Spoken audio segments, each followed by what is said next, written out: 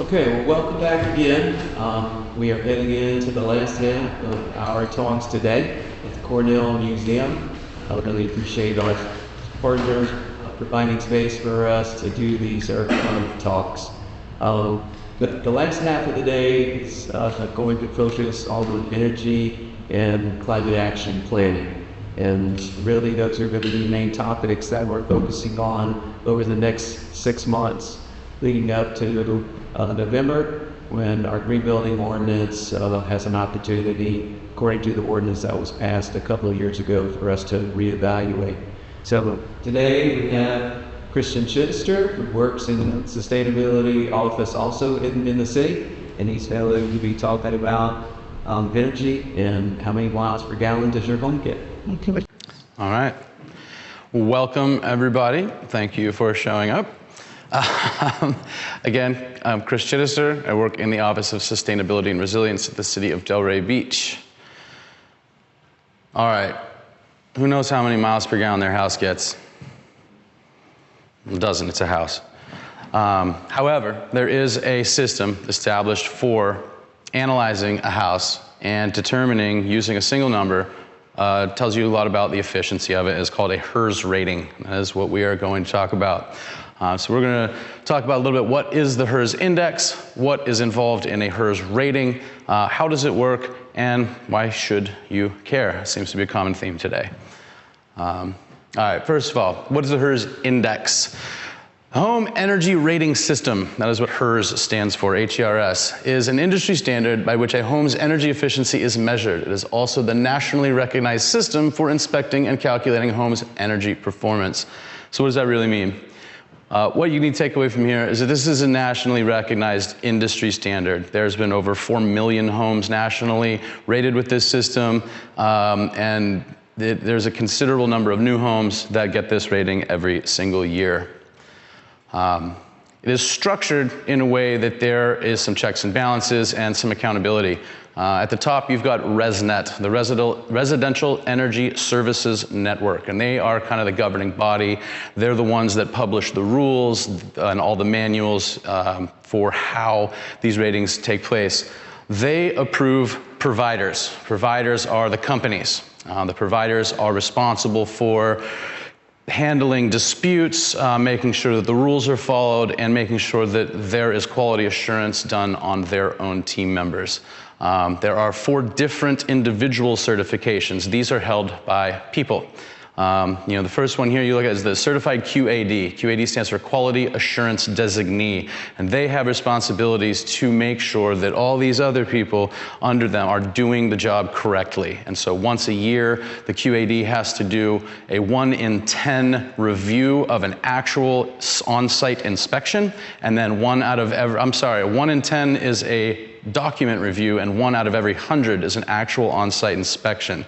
And what they do is they have a certain criteria that they look at what the inspector did, the rater, and then they have to come within 5% of that. So there's a lot of checks and balances there. You've got the Certified HERS Modeler, and we'll talk a little bit about what that means in a minute, but these are the people that are creating the projected energy model that projects what the home is how much energy this home is going to use.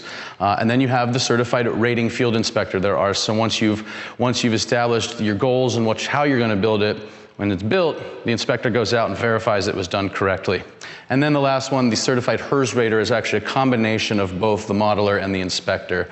And these are going to be some of your, if you're a home builder, this is your big benefit. This is where you're going to find the most value in partnering with an energy rater, is this HERS rater being on site, helping you understand what the expectations are, and if you're not meeting them, helping your trades to understand what they need to do differently. So there is a lot of on-site education done through this, and it's through the guise of, if everybody has a bit more knowledge about building science, the whole industry is going to be building better buildings. All right, so how does this HERS index work? It's basically 0 to 150. If it's over 150, tear it down. you're not going to fix it. There's too much wrong with it.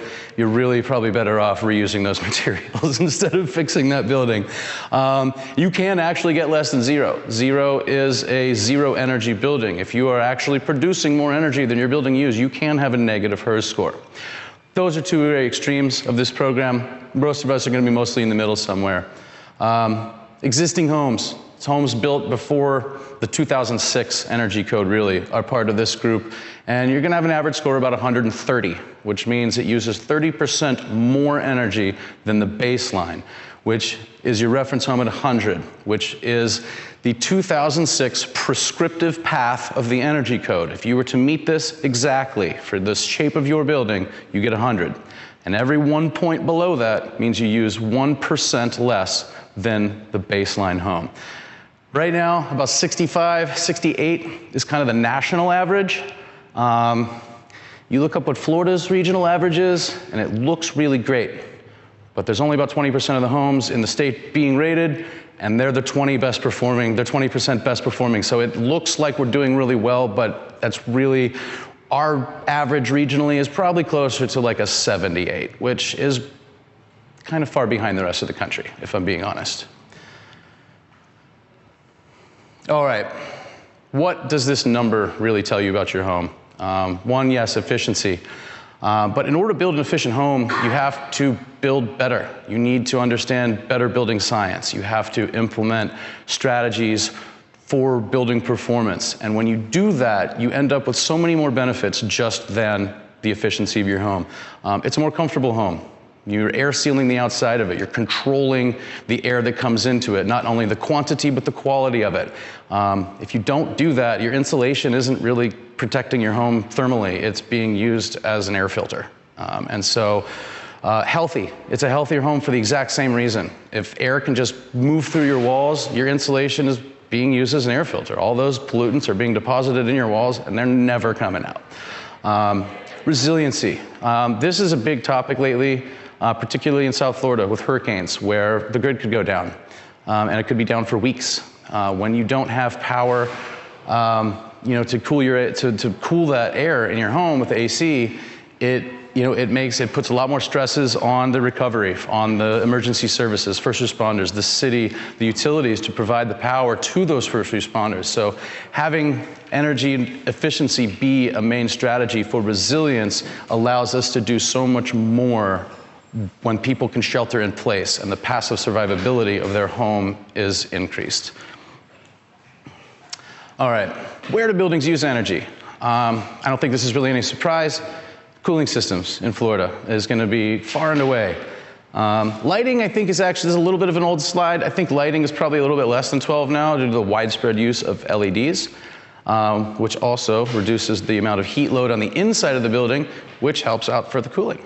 However, most of your energy is going to be used in the heating and cooling. And as soon as you change the temperature, change the humidity content of the air, it wants to move around. And so why does it want to move around? Well, because nature just wants to be in balance. There's always going to be an imbalance.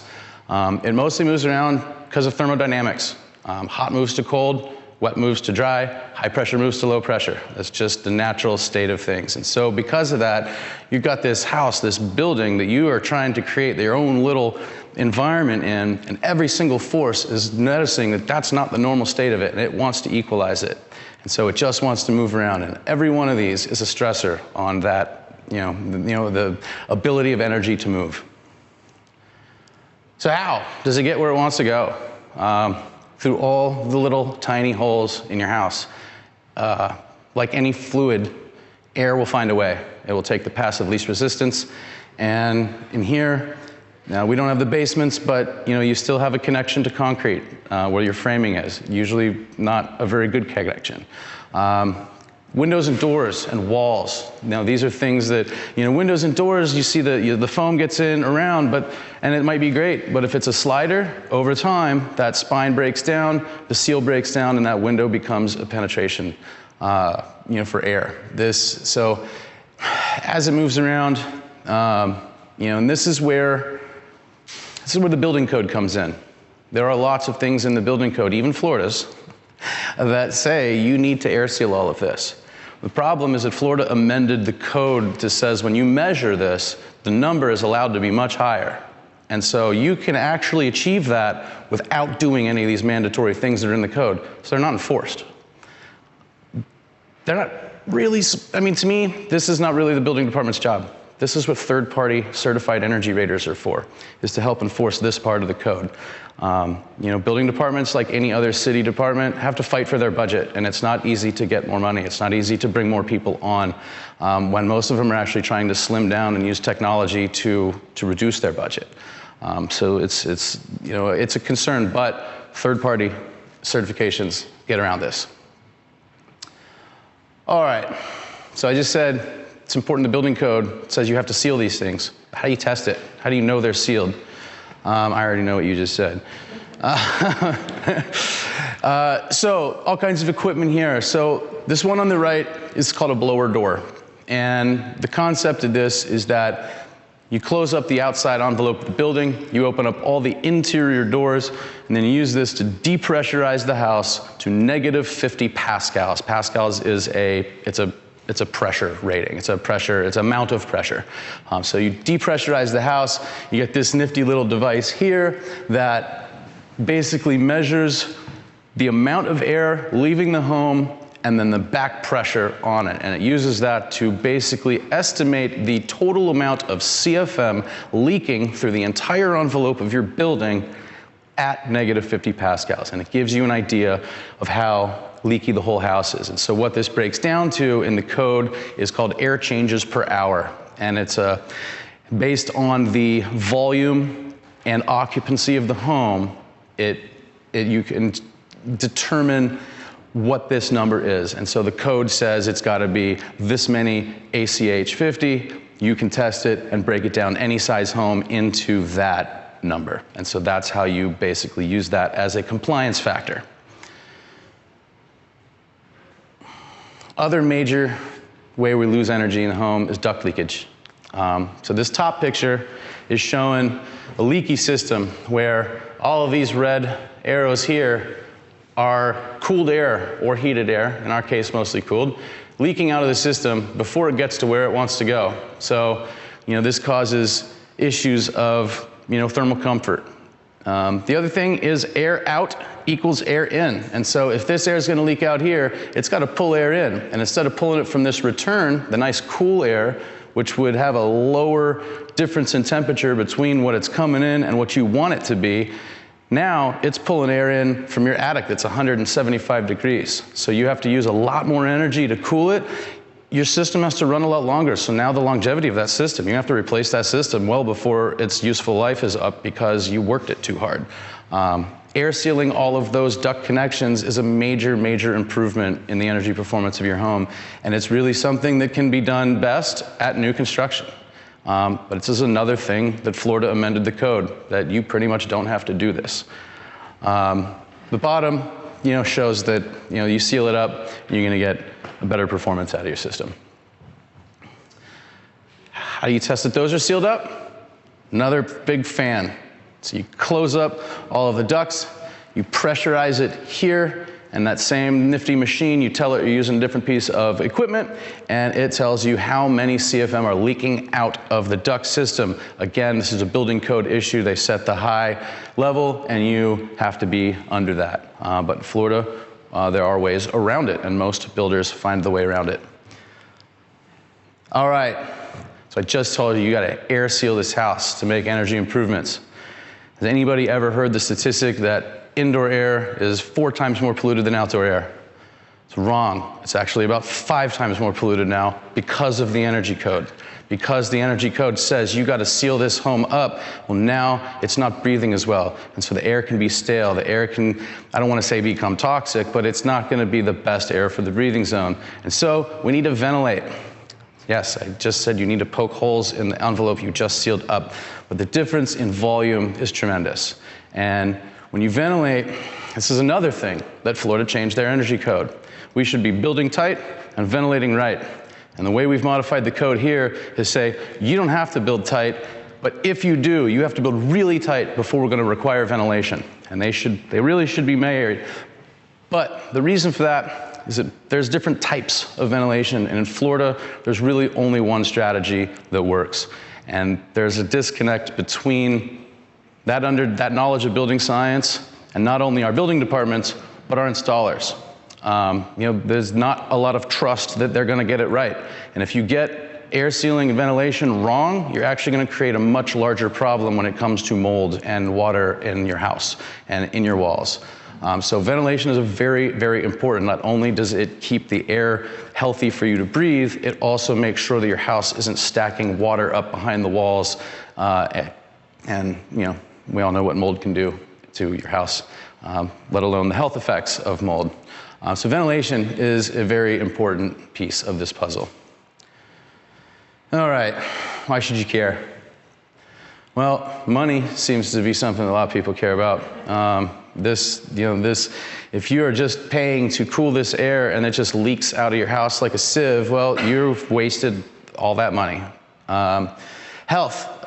This also not just the fact that it's healthier because you have less pollutants in your walls, less pollutants just freely flowing through your house.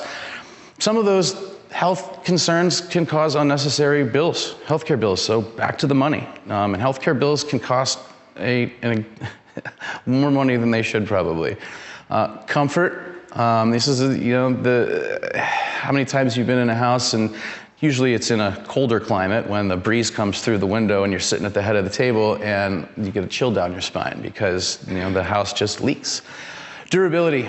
Home is probably the most expensive thing most people will ever buy. And if it doesn't ventilate air, if it doesn't move air through it properly, it could fall apart. It could be health issues within that house. And so, that longevity of somebody's investment, again, back to more money. Resilience, we talked about, reducing greenhouse gas. In addition to the resilience, I think we talked about that, but also we're talking about the social justice piece of it. There's a lot of communities that have disproportionate effects of climate change and not having access to a home that can protect them from the environment, whether it just be water or the heat or just the pollutants that their neighborhood might be exposed to that flow freely through their house.